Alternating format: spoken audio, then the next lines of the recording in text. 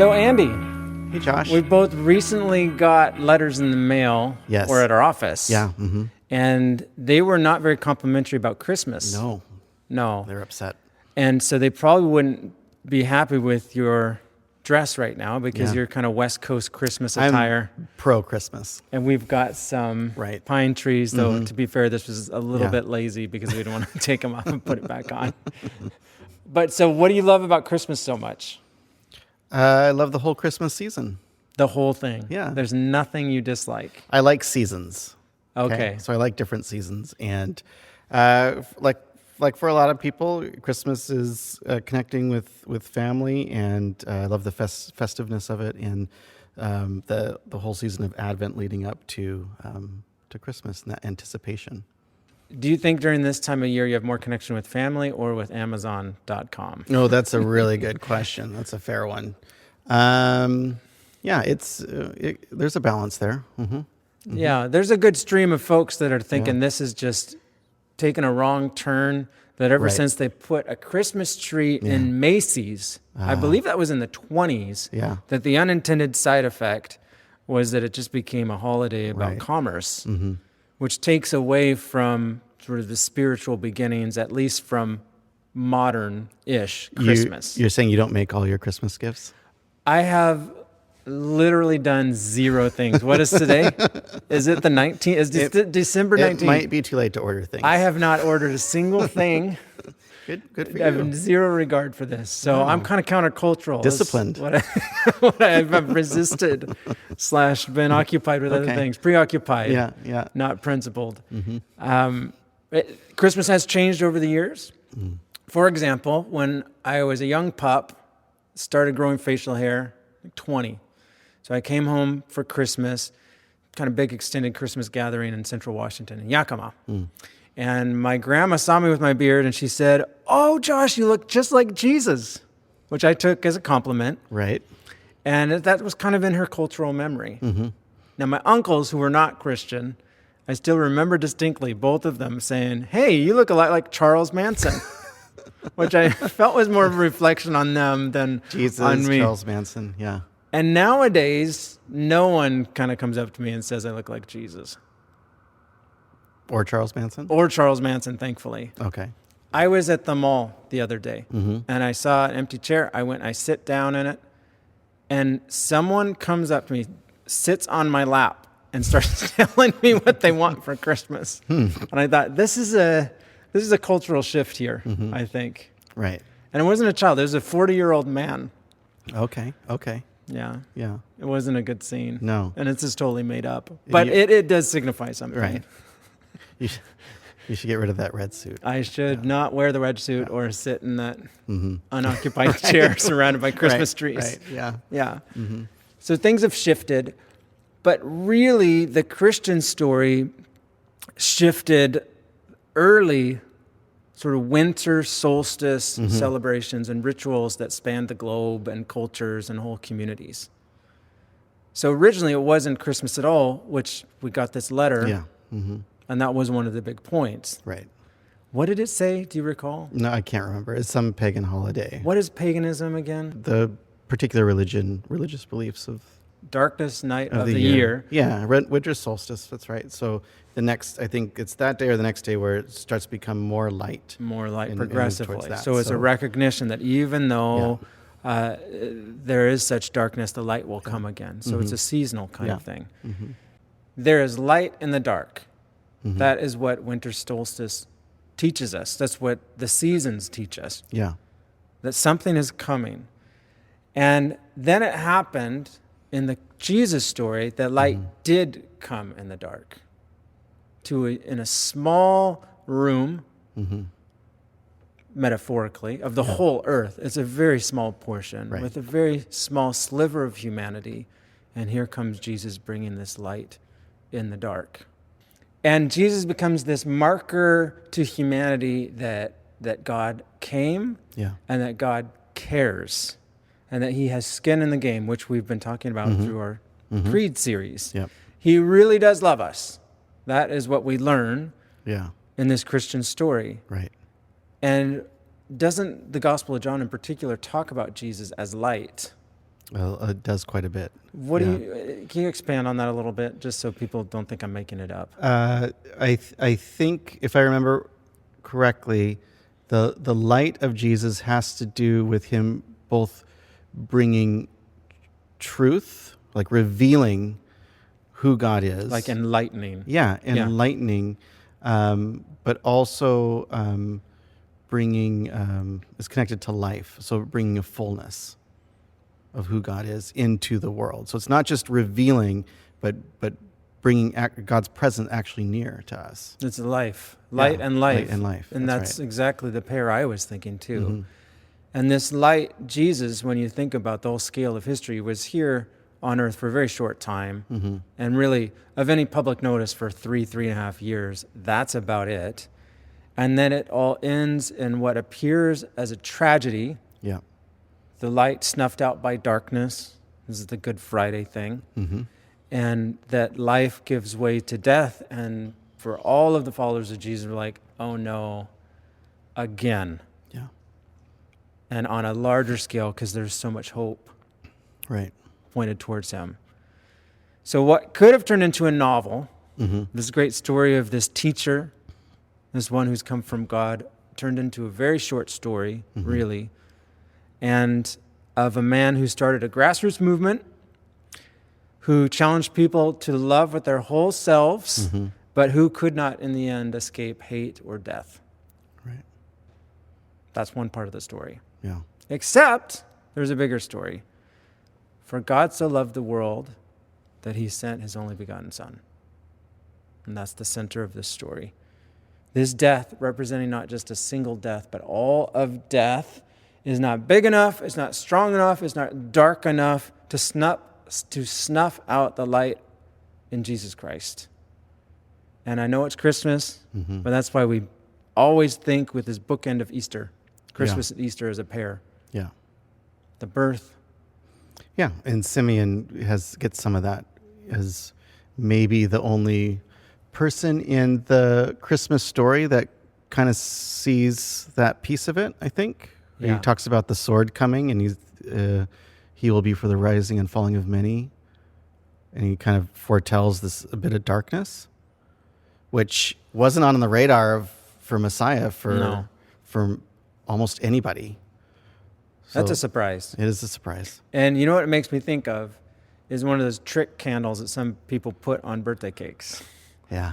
You blow it out and it comes back. Uh-huh. And it comes back. Mm-hmm. And there's a seasonal marker in this winter solstice. Here's the light coming back. Right. And then this is also embedded in the story of Jesus. Mm-hmm. Of here comes the light. Oh, he's gone. Oh, he's back. Right. Right? Which we've Yeah. just talked about him Mm-hmm. coming again. Mm-hmm. So there's light. And I thought it was a pretty fitting tie-in to think about birthday cake candles with light, Yeah. because that's an annual celebration that we have. Mm-hmm.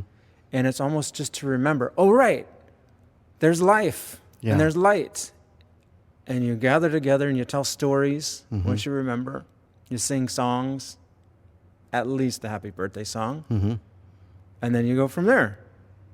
And that is why it's the same lessons, it's the same carols every single year. Right. Do you get bored of them? No. But I try not to sing them too early. Right. Okay, so you already made references. So you don't think Jesus was born on Christmas Day? That sounds controversial. December 25th? Yeah. Well, I mean, I guess he was born on Christmas Day, whenever that was. But it probably wasn't December 25th. Yeah. I haven't done a lot of research on this. It's just the people that I know that I trust say it probably wasn't December 25th. That I was a young in my faith. Yeah. And I went to the mall in Bellingham and I went to the Orange Julius. For, people that don't know, it's like a smoothie with lots of sugar. Mm-hmm. Okay. So I ordered one and I had this blue Christ the King Community Church shirt because I Right. used to lead music there. Mm-hmm. And the cashier says, hey, if you can tell me when Jesus was born, you get this Orange Julius for free. And I had just been studying this. Yeah. And I was like, oh, well, they think it's either like April or May. They're not sure the exact day. And he's like, And And so I walked out, pocket full of change, gripping this orange Julius. You with some smug satisfaction. Yeah. Okay. Yeah. We don't exactly know the day, but that is one of those complications. Then why are we celebrating it on a clearly non-Jesus, non-Jewish holiday time of the year during winter solstice? Right. And how do you respond to that? Why do you think they did that? Well, I think it had to do with what you were talking about earlier with the symbolism of the light. Yeah. And Jesus, especially hit on in John's gospel, Jesus bringing the light. So you go into the darkest time of the year, and you have this. And now you have the entrance of light, and you lead towards spring and summer.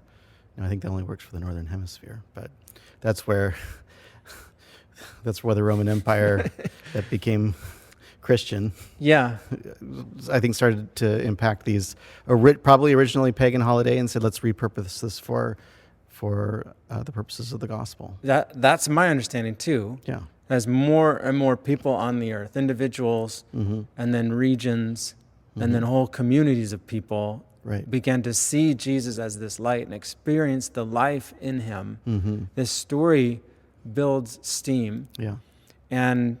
And as people are looking around, go, well, wait a second. This is the story that happens every year. I think this is a C.S. Lewis thing. He says this story is baked into creation. Right. Yeah. It's baked into the seasons. If you read John's gospel, shouldn't surprise you. No. That's where he starts.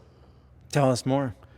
He talks about Jesus coming from the actual presence of God the Father. Yeah. That they are both one, but somehow both separate. And that he was before all of creation. And so then that's a major theme of John's gospel, and Jesus will say it himself, I've come from this place. I've come from the presence of the Father, come from the presence of the heavenly kingdom, and bring this light and this life to this earth. So when people were celebrating these winter solstice rituals, and they go, well, this is the story of Jesus. This story is seasonal, which is true. It's even more true on a cosmic scale because of this story of the Christ or the Son of God who comes and is sent. This is the story of light and the dark written in creation itself. So they redirected or they properly attached the season to the one who it's pointing to. Right. Yeah. Now that said, I kind of like it. I kind of like it. I think it's a smart idea. I do also sympathize with people who go, this is a cluttered time of year. Yeah. And it actually... Confusing, Yeah, it is confusing. There's so many things going on. Sometimes the last thing I'm thinking about is the incarnation. Right. Well, you kind of, even from maybe even a not super Christian or pretty cultural, secular point of view, you can feel a lot of dissidence in this season where it's supposed to be happy, parties, joy, peace, but you could be feeling the opposite of all those things, and that can be very difficult to deal with. And as you know, my wife works at a school, a preschool, kindergarten, elementary school, and they do festivals of light celebrations. And in a diverse group, that makes sense.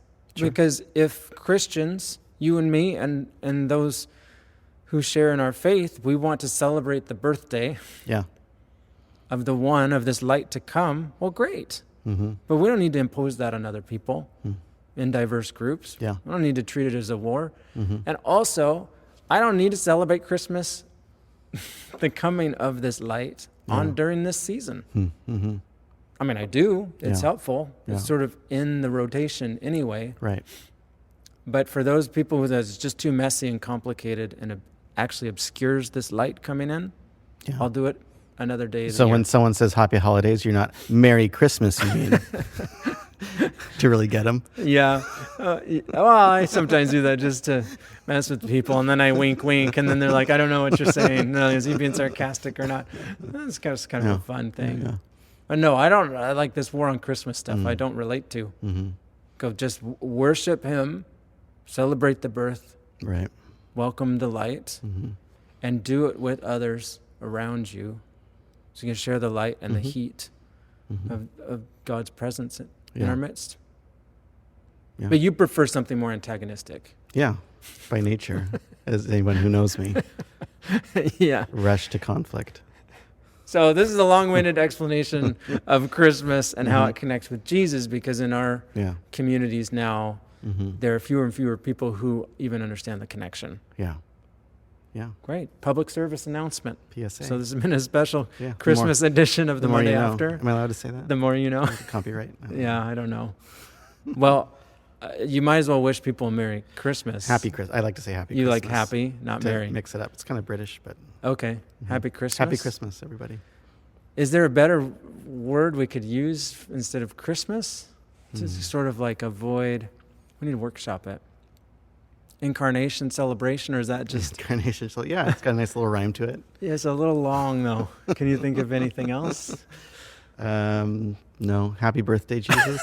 It just sounds too corny. Yeah, it does. Okay, we'll stick with Merry or Happy Christmas. Happy Christmas. So enjoy the season, and we'll see you in the new year. See you then.